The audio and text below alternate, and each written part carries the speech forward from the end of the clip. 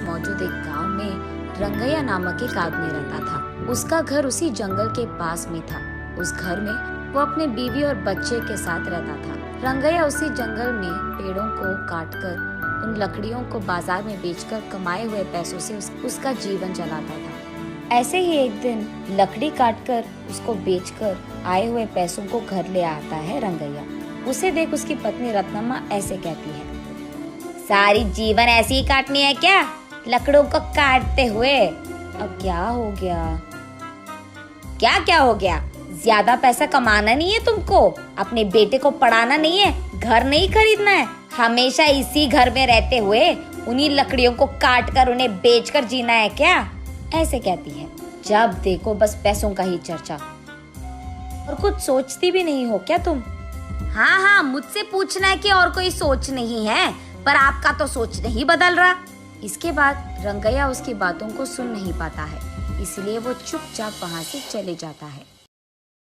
उस रात को रंगैया अपने घर की खिड़की से बाहर देखते रहता है। दूर में उसे एक छोटी सी रोशनी दिखाई देती है और वो ये भी देखता है कि कई सारे गाड़ियाँ बाहर से जंगल की ओर और जंगल से बाहर की ओर जाते रहते हैं। मैं तो हर रोज इसी जंगल में काम करता हूँ। मैंने आज तक लकड़ियाँ काटते हुए किसी को आते या जाते नहीं देखा है, ना ही सुना है। लेकिन हर रोज रात के समय में यहाँ गाड़ियाँ आती जाती रहती है।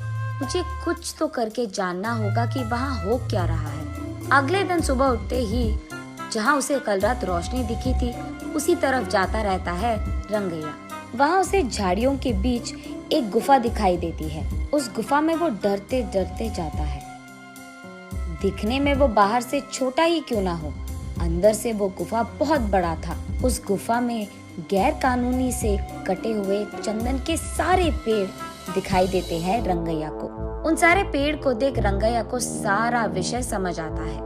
अच्छा, तो बात ये है कि चोरी से इन चंदन के पेड़ों को यहाँ छुपाकर इन्हें रात के समय में यहाँ से बाहर निकालकर बेच रहे हैं पैसों के लिए। वो उसके चारों ओर देखने लगता है। तब उसे अचानक किसी के पास आने के आवाज सुनाई देती है। तुरंत वो एक चंदन के बड़े पेड़ों के पीछे छिप जाता है। कुछ देर बाद घर जाने की कोशिश में वो उठने के लिए सहारा के लिए नीचे मौजूद पत्थर पे हाथ रख के अपने आप को उठाने की कोशिश करता है।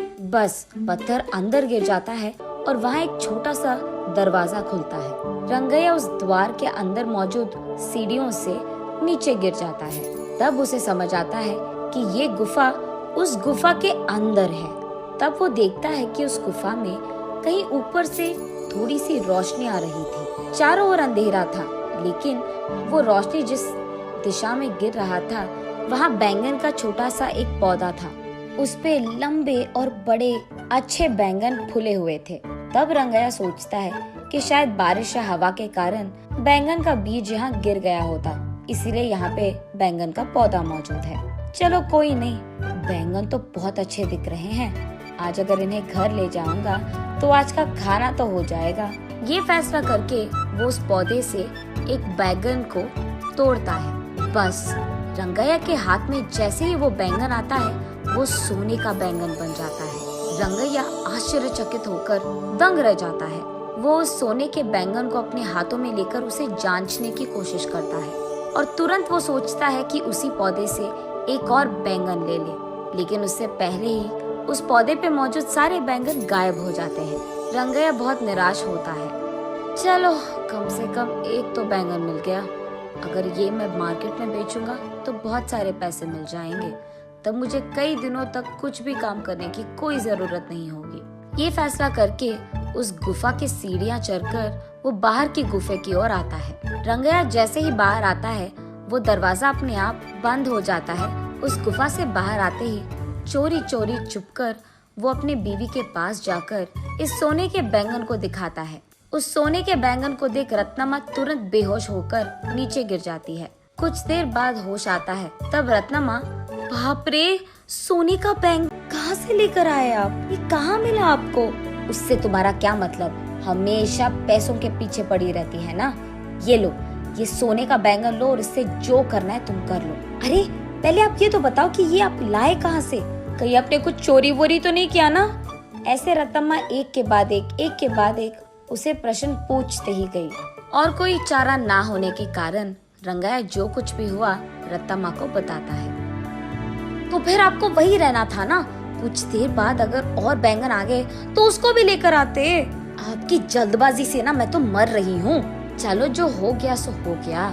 इस बैंगन से हम बहुत सारे दिन ना कोई भी काम करे बिना आराम से रह सकते हैं। गधे को अगर सोने का सिंहासन पे बैठाया गया ना, उसकी बुद्धि तो गधे की ही रहेगी ना। हाँ, अब क्या हो गया? इसका मतलब क्या है? इसी घर में रहते हुए चैन की जिंदगी नहीं चाहिए मुझे। आप 2-3 और सोने के बैंगन लेके आए, तब हम बड़े घर में आराम कर पाएंगे। देख, हमें नहीं पता कि उस पौधे पे वापस सोने के बैंगन आएंगे कि नहीं, और इतना ही नहीं, उस गुफा में जाना बहुत बहुत मुश्किल है और घातक भी। वहाँ चंदन के पेड़ छुपे हैं रत्ना। अगर मैं पकड़ा गया ना, मेरा लाश तक नहीं मिलेगा तुझे। अब इस सब की क्या जरूरत है?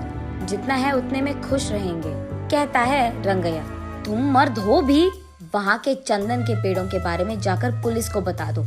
वहाँ के चोरों को वो खुद लेकर जाएंगे और चंदन पेड़ भी खाली कर देंगे। तब गुफा पूरा खाली हो जाएगा। यहाँ तुम्हारे अलावा किसी को भी नहीं पता कि उस गुफा में एक और गुफा छुपा है। इसीलिए जब चाहो तब तुम उस गुफा में आ सकते हो और जा सकते हो। वैसे ही अगर उस बैंगन के पौधे पे और बैंगन उग गए तो उसको भी लेकर आ सकते हो आप। इसको ये सोच आया, पर मुझे तो नहीं आया, पता नहीं क्यों। ऐसे रंगैया अपने मन में सोचता है। ठीक है, वो सब मैं देख लूंगा। तुम फिलहाल इस सोने के बैंगन को बाजार लेकर इसे बेचकर पैसे लेकर घर आओ। ये कहकर रंगैया उसके घर से सीधा पुलिस स्टेशन जाता है और गुफा में हो रही गैर कानूनी व्यापार के बारे में उनको बताता है। पुलिस वहाँ आकर सबको गिरफ्तार करते हैं और चंदन के पेड़ों को भी वहाँ से खाली कर देते हैं। अब इस कारण गुफा में डरते हुए जाने की कोई जरूरत नहीं थी रंगैया को। अगले दिन वो उस नीचे वाली गुफा में बैंगन के पौधे के पास जाता है।